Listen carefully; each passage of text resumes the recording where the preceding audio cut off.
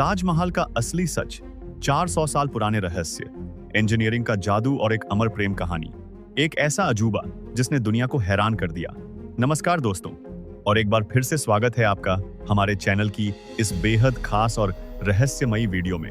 दोस्तों, क्या आपने कभी सोचा है कि आज से लगभग 400 साल पहले, जब दुनिया में ना तो कोई बड़ी मशीन थी, ना कंक्रीट था और ना ही आज के दौर का मजबूत स्टील, तब आखिर कैसे एक ऐसी इमारत खड़ी कर दी गई जिसे आज पूरी दुनिया ताजमहल के नाम से जानती है। इंडिया के शहर आगरा में मुगल एम्पायर के आर्किटेक्ट का एक ऐसा शाहकार मौजूद है जो 42 एकड़ की जमीन पर शान से खड़ा है। दूर से ही चमकता हुआ सफेद संगमरमर का यह मकबरा अपने अंदर खूबसूरती के अनगिनत बगीचे सजाए हुए है, लेकिन इसके ऊपर गम और उदासी के कई बादल आज भी मंडरा रहे हैं। आज इस आलीशान स्ट्रक्चर को दुनिया का 7वां अजूबा माना जाता है।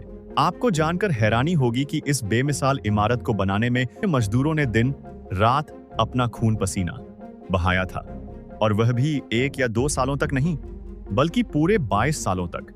अगर आज के दौर में इसकी कीमत का अंदाजा लगाया जाए तो संगमरमर का यह अनमोल मकबरा हैरतअंगेज तौर पर $1 बिलियन यानी 17,000 करोड़ रुपए से भी ज्यादा महंगा है। यह सिर्फ एक इमारत नहीं है, बल्कि मुगल आर्किटेक्चर की एक ऐसी निशानी है जिसके सामने आज के टॉप इंजीनियर्स भी अपना सिर झुका लेते हैं। आखिर इस बेजान पत्थर में ऐसा क्या राज छुपा है जो इसे इतना खास बनाता है? आज की इस स्पेशल वीडियो में हम आपको ताजमहल के वह राज बताएंगे जिन्हें सदियों तक छुपाने की कोशिश की गई। 1607 का वह दिन, एक ऐतिहासिक प्रेम कहानी की शुरुआत। यह वह दौर था जब इंडिया और पाकिस्तान के इस विशाल हिस्से में मुगल एम्पायर का एक छत्र राज हुआ करता था। आगरा के मीना बाजार में एक शाही जश्न का माहौल था। मुगल शहंशाह का सबसे छोटा और चहेता बेटा शहाबुद्दीन मोहम्मद खुर्रम 15 साल का हो चुका था कि खुशी में आगरा फोर्ट में एक आलीशान पार्टी रखी गई थी। शहजादा खुर्रम अपने पिता को सबसे ज्यादा अजीज था। इसी वजह से उसके हर जन्मदिन पर उसे हीरे, जवाहरात और सोने से तोला जाता था। जितना वजन शहजादे का होता था, उतना ही खजाना उसके नाम कर दिया जाता था। लेकिन उस दिन मीना बाजार में कुछ ऐसा होने वाला था जिसने इतिहास का रुख हमेशा के लिए बदल दिया। शहजादे खुर्रम की नजर एक बेहद खूबसूरत लड़की पर पड़ी जो रेशम और कांच के मोतियों की एक दुकान लगाए बैठी थी। उस लड़की का नाम था अर्जुमंद बानो बेगम, जिसे आगे चलकर पूरी दुनिया मुमताज महल के नाम से जानने वाली थी। दोनों को पहली ही नजर में एक दूसरे से बेइंतहा मोहब्बत हो गई। मुगल शहंशाह ने अपने इस चहेते बेटे की शादी मुमताज के साथ तय कर दी। उस वक्त किसी को भी यह मालूम नहीं था कि यह मोहब्बत आने वाले समय में दुनिया का सबसे बड़ा और खूबसूरत अजूबा बनने वाली है। शहजादा खुर्रम से शाहजहां बनने का शानदार सफर। शादी के बाद अगले 10 सालों तक शहजादे खुर्रम ने कई बड़ी जंगें लड़ी और मुगलिया सल्तनत को भरपूर कामयाबी दिलाई। अपने बेटे की इस सार के बाद बहादुरी और समझदारी से खुश होकर मुगल शहंशाह ने उसे शाहजहां के लक़ब से नवाजा, जिसका मतलब होता है दुनिया का बादशाह। शाहजहां की कुल 6 बीवियां थीं जो आगरा फोर्ट के हरम में ही रहती थीं, लेकिन इन 6 में से शाहजहां सबसे ज्यादा मोहब्बत सिर्फ और सिर्फ अपनी मुमताज से करते थे। यही वजह थी कि उनका ज्यादातर वक्त मुमताज महल के साथ ही गुजरता था।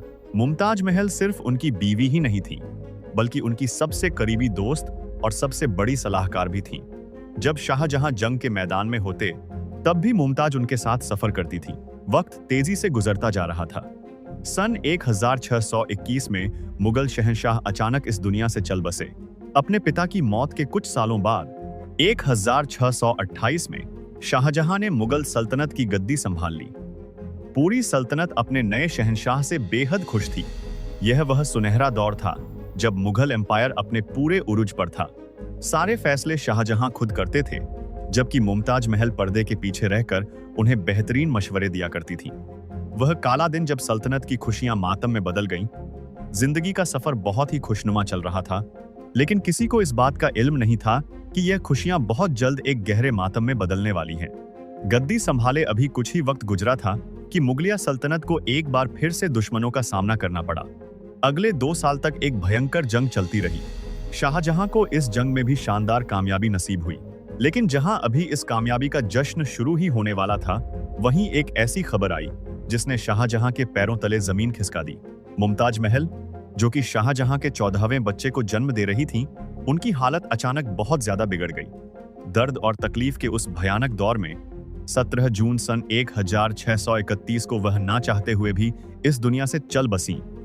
पूरी सल्तनत का जश्न देखते ही देखते आंसुओं और मातम में डूब गया। यह खबर शाहजहां पर किसी कहर की तरह गिरी थी। इतिहासकार बताते हैं कि मुमताज की मौत ने शाहजहां को एक काले और गहरे अंधेरे में धकेल दिया था। अगले 8 दिनों तक बादशाह ने ना कुछ खाया और ना ही पानी की एक बूंद पी। अगले 2 सालों तक शाही दरबार में ना कोई संगीत बजा और ना ही शाहजहां ने कोई शाही परफ्यूम लगाया। उनके बाल सफेद हो गए थे और उनकी कमर दुख के बोझ से झुक गई थी। एक आखिरी ख्वाहिश और दुनिया के सबसे बड़े प्रोजेक्ट की शुरुआत मरने से ठीक पहले मुमताज महल ने शाहजहां से एक आखिरी ख्वाहिश की थी। उन्होंने कहा था कि वह चाहती हैं कि उनकी कब्र दुनिया के सबसे खूबसूरत मकबरे में बनाई जाए, एक ऐसी जगह जो उनके प्यार की अमर निशानी हो। अपनी बेगम की इस आखिरी ख्वाहिश को पूरा करने के लिए शाहजहां ने अपनी सारी दौलत, अपना सारा खजाना और अपनी पूरी जिंदगी वक्फ करने का इरादा कर लिया। मुमताज के गुजरने के सिर्फ 6 महीने बाद ही यानी 1632 में ताजमहल की कंस्ट्रक्शन का काम शुरू कर दिया गया। पूरे देश और दुनिया के अलग अलग कोनों से सबसे बेहतरीन आर्किटेक्ट्स को आगरा बुलाया गया। करीब 20 शून्य से भी ज्यादा मजदूरों, पत्थर तराशने वालों और कारीगरों की एक विशाल फौज खड़ी की गई। शाहजहां का हुक्म था कि इस काम में किसी भी चीज की कोई कमी नहीं होनी चाहिए। यह सिर्फ एक इमारत नहीं थी, यह एक टूट चुके इंसान की अपने प्यार को दी जाने वाली सबसे बड़ी श्रद्धांजलि थी। नदी की नरम जमीन इंजीनियर्स के सामने सबसे बड़ी चुनौती। मुमताज महल की कब्र आगरा में यमुना नदी के बिल्कुल किनारे मौजूद थी। इसी वजह से इस जगह पर दुनिया की सबसे भारी और खूबसूरत बिल्डिंग बनाना सबसे मुश्किल काम था। हम सब जानते हैं कि नदी के किनारे की जमीन बहुत ज्यादा सॉफ्ट और नरम होती है। अगर ऐसी जगह पर सीधा खुदाई का काम किया जाता तो नदी के पानी का बहाव बिल्डिंग की फाउंडेशन को पूरी तरह से तबाह कर सकता था। इस जानलेवा मसले से निपटने के लिए मुगल इंजीनियर्स ने एक ऐसा तरीका निकाला जो आज की मॉडर्न इंजीनियरिंग को भी हैरान कर देता है। उन्होंने सबसे पहले जमीन के अंदर बहुत सारे गहरे कुएं खुदवाना शुरू किए। मजदूर ये कुएं तब तक खोदते रहते थे जब तक कि उन्हें नीचे एक सख्त चट्टान या ठोस जमीन नजर न आ जाती। इसके बाद इन कुओं को पत्थरों, गारे और एक खास किस्म की लकड़ी से भरा गया। यह लकड़ी महोगनी और आबनूस के पेड़ों से निकाली गई थी। इस लकड़ी की सबसे खास बात यह थी कि इसे जितनी ज्यादा नमी और पानी मिलता है, यह उतनी ही ज्यादा मजबूत और सख्त हो जाती है। इस सारे काम को अंजाम देने के लिए मजदूरों के साथ साथ हाथियों की एक बहुत बड़ी फौज का इस्तेमाल किया गया और एक विशाल शहर का निर्माण। ताजमहल का काम कोई छोटा मोटा काम नहीं था। इसके लिए 20 शून्य मजदूरों को 24 घंटे काम पर लगाया गया था। इन मजदूरों के रहने के लिए आगरा के पास एक पूरा का पूरा नया शहर बसाया गया जिसे मुमताजाबाद का नाम दिया गया। इतने सारे लोगों के लिए खाने पीने का इंतजाम करना शाही खजाने पर बहुत भारी पड़ रहा था। कहा जाता है कि ताजमहल की कंस्ट्रक्शन में इतने ज्यादा लोग लगाए गए थे कि उनके खाने की डिमांड पूरी करने के लिए आसपास के इलाकों में अनाज की भारी कमी हो गई थी। इस समस्या को दूर करने के लिए शाहजहां ने भारत के दूसरे हिस्सों से भी अनाज और राशन मंगाना शुरू कर दिया। दिन रात काम चलता था। हाथियों पर बड़े बड़े पत्थर लाद कर लाए जाते थे। यह मुगल इतिहास का सबसे बड़ा और सबसे खर्चीला प्रोजेक्ट बन चुका था। लेकिन शाहजहां को शाही खजाने के खाली होने की कोई परवाह नहीं थी। उन्हें बस अपनी मुमताज का ख्वाब पूरा करना था। भारत की आत्मा और एक सच्चा गौरव। दोस्तों, यहाँ हमें इस कहानी को इंडिया के नजरिए से भी देखना बहुत जरूरी है। ताजमहल भले ही मुगल दौर में बना हो, लेकिन इसकी रूह और इसका वजूद पूरी तरह से भारतीय है। इस आलीशान इमारत को खड़ा करने वाले 20 शून्य मजदूर और कारीगर भारत के ही बेटे थे, जिन्होंने अपनी कला और अपने पसीने से इस अजूबे को सींचा। आज के दौर में ताजमहल भारत की पहचान बन चुका है। पूरी दुनिया में जब भी इंडिया का नाम लिया जाता है तो सबसे पहली तस्वीर जो किसी भी विदेशी के दिमाग में आती है वह ताजमहल की ही होती है। यह सिर्फ पत्थरों का एक ढांचा नहीं है, बल्कि यह हमारे देश की अनेकता में एकता का एक बहुत बड़ा प्रतीक है। इसे बनाने के लिए जो मार्बल लाया गया वह राजस्थान का था। जो कीमती पत्थर लगाए गए वह पंजाब, नीलम और बाकी रत्न भारत के अलग अलग कोनों से लाए गए थे। भारत के कारीगरों ने पत्थरों को तराशने की जो बेमिसाल कला दिखाई वह आज भी दुनिया भर के आर्किटेक्ट्स के लिए एक स्टडी मटेरियल है। आज ताजमहल हर साल लाखों टूरिस्ट्स को अपनी तरफ खींचता है, जिससे हजारों भारतीय परिवारों का रोजगार जुड़ा हुआ है। ये हमारे देश के इतिहास का वह पन्ना है जिस पर हर भारतीय को बहुत गर्व महसूस होता है। मकराना का चमचमाता मार्बल और दुनिया भर के खजाने। कई सालों की कड़ी मेहनत के बाद बिल्डिंग का बुनियादी स्ट्रक्चर मुकम्मल हो चुका था। अब बारी थी इसे उस सफेद संगे मरमर से सजाने की जिसे आज हम देखते हैं। इसके लिए आगरा से 400 किलोमीटर दूर राजस्थान के मकराना से मार्बल मंगाया जाना था। मकराना का मार्बल आज तक दुनिया का सबसे बेहतरीन और सबसे फाइन क्वालिटी का मार्बल माना जाता है।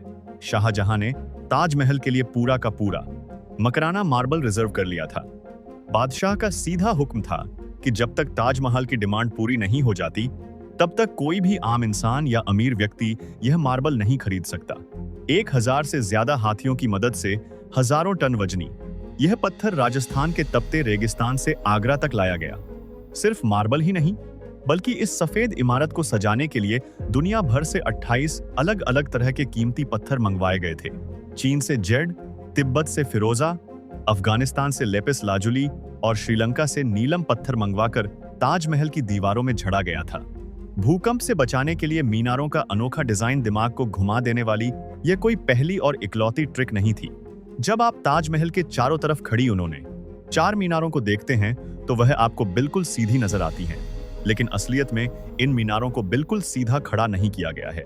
अगर आप ध्यान से देखेंगे या किसी इंजीनियर से पूछेंगे तो आपको पता चलेगा कि ये चारों मीनारें बाहर की तरफ थोड़ा सा झुकी हुई हैं। आखिर ऐसा क्यों किया गया? इसके पीछे 2 बहुत बड़े कारण थे। पहला कारण यह था कि अगर इन मीनारों को बिल्कुल सीधा खड़ा किया जाता तो दूर से देखने पर यह अंदर की तरफ झुकी हुई लगती, जिससे ताजमहल की खूबसूरती खराब हो जाती। और दूसरा सबसे बड़ा कारण था खतरनाक अर्थक्वेक यानी भूकंप का डर। मुगल आर्किटेक्ट्स बहुत समझदार थे।